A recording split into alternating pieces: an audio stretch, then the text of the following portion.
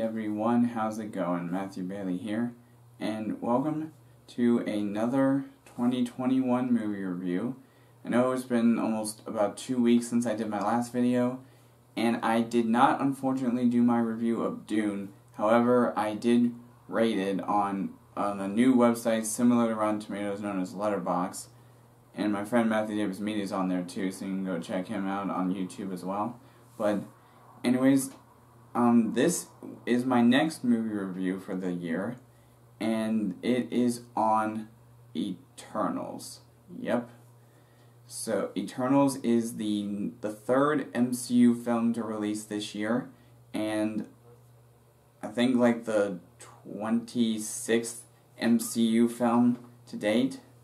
And this movie is different because it tells the story of how in all the time that we existed on Earth, at least in all of our classic Marvel heroes that have already shown up in the MCU, this shows the span of 7,000 years worth of MCU history, and we see these characters known as the Eternals try to help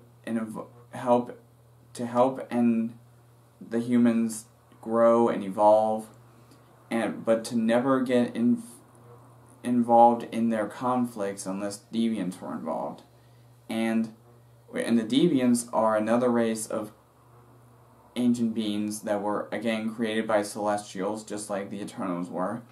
And this whole movie talks about how they struggle with trying to protect humanity without getting involved in a lot of their conflicts. And there are some things that happen in this movie that we do hear different references, like Thanos, like the Avengers dealing with Thanos.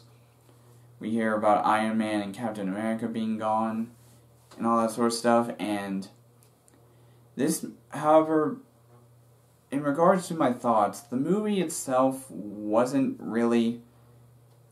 I mean, sure, it was directed by a two-time Academy Award winning director, Chloe Zhao, but there were some bits of the movie that were entertaining and some that felt like they were just too rushed, and there were some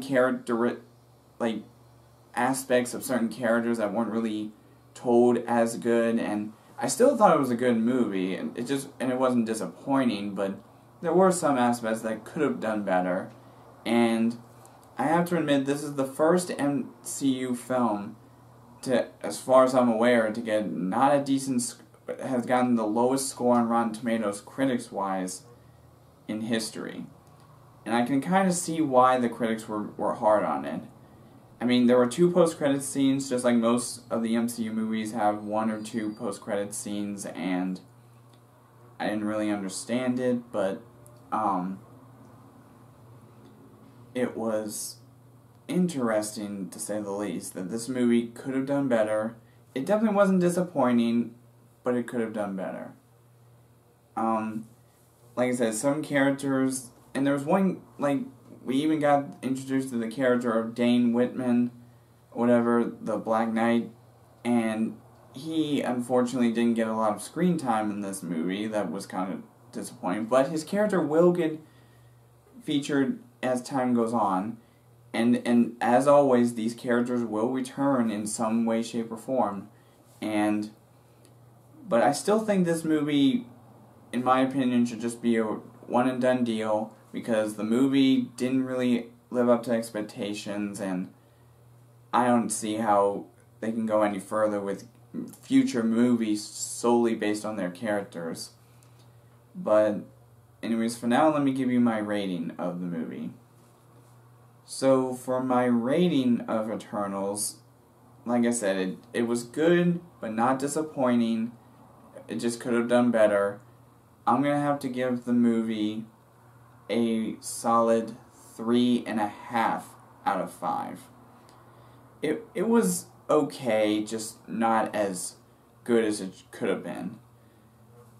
But anyways, that's all for now in my review of Eternals, and The next review you'll probably see me do will be for a movie that isn't released in theaters, but is released on a streaming service.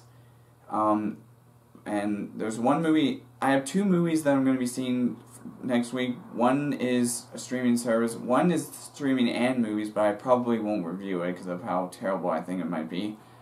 But anyways, that's all for now in this review, and I will see all you dudes in the next video.